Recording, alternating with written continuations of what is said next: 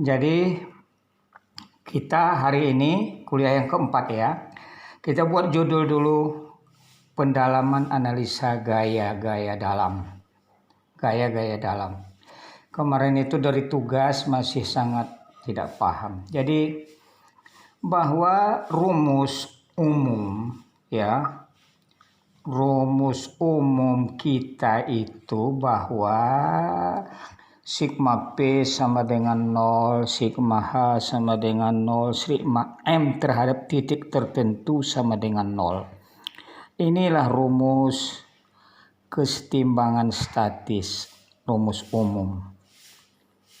Kemudian, jadi kita ini pertama harus dimaklumi. Yang kedua harus dimaklumi bahwa yang disebut dengan gaya lintang itu adalah bahasan terhadap dua gaya dalam satu potongan tertentu. Kalau di kiri potongan ini ke atas, di kanan ke bawah, ini kita sebut D positif.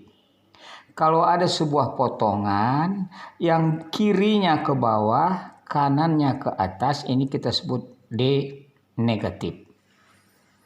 Nah, itu. Kemudian biasa kalau namanya kita bicara momen,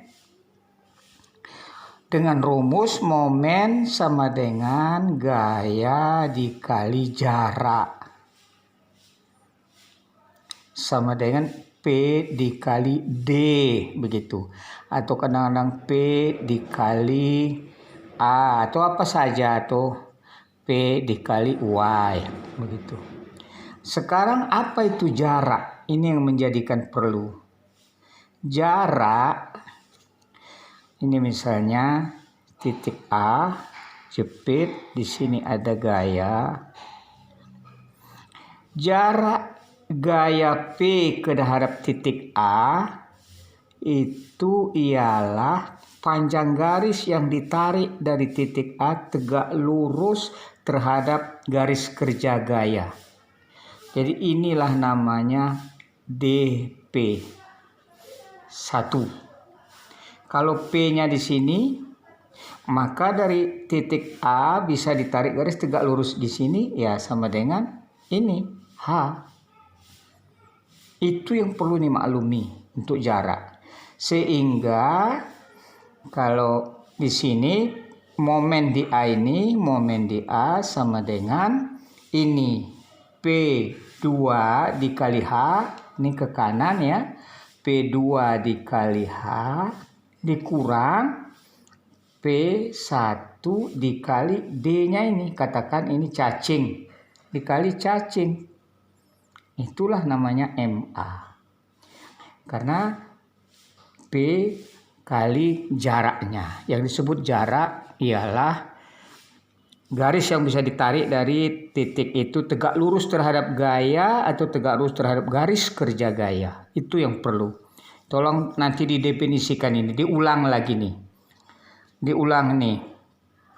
Dengan by narasi ya, dengan narasi dan catat. Ulang-ulang. Nah, kemudian normal yang ketiga, keempat adalah normal. Normal kita lihat kalau ada penampang terus ada susunan gaya menarik ke kanan dan ke kiri, itu namanya N positif. Tapi kalau ada dia menekan, nah, itu N negatif. Nah, gaya-gaya ini biar mudah, kita sebutkan di dalam namanya sistem gaya. Sistem gaya. Jadi sistem gaya ini penting. Ini jangan malas membuatnya karena itu yang akan menolong kita. Nanti, saya sudah buat contoh sederhana ya. Ini jepit. Ini ada gaya P. Sudutnya di sini theta. Panjang ini katakan H. Ini kolomnya. Ini titik A, ini titik B.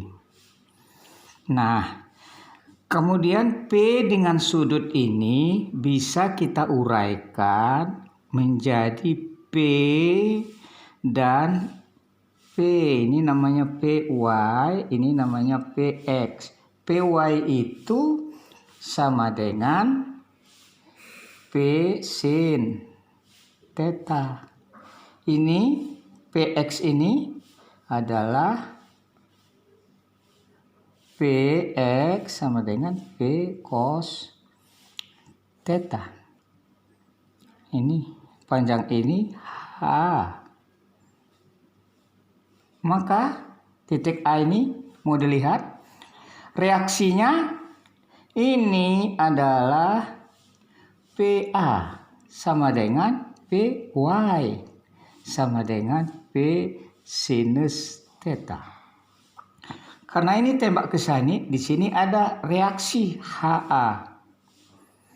HA sama dengan PX sama dengan P cos theta.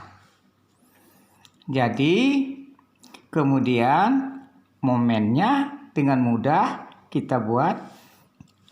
Ini gaya lintang misalnya ke sini dulu baru nanti ke kemari. Ini ke sana maka ini arahnya ke sini. Jadi ini ke sini baru kemari. 1 D M ialah ini kali H, P kali H di sini 0, di sini P kali H.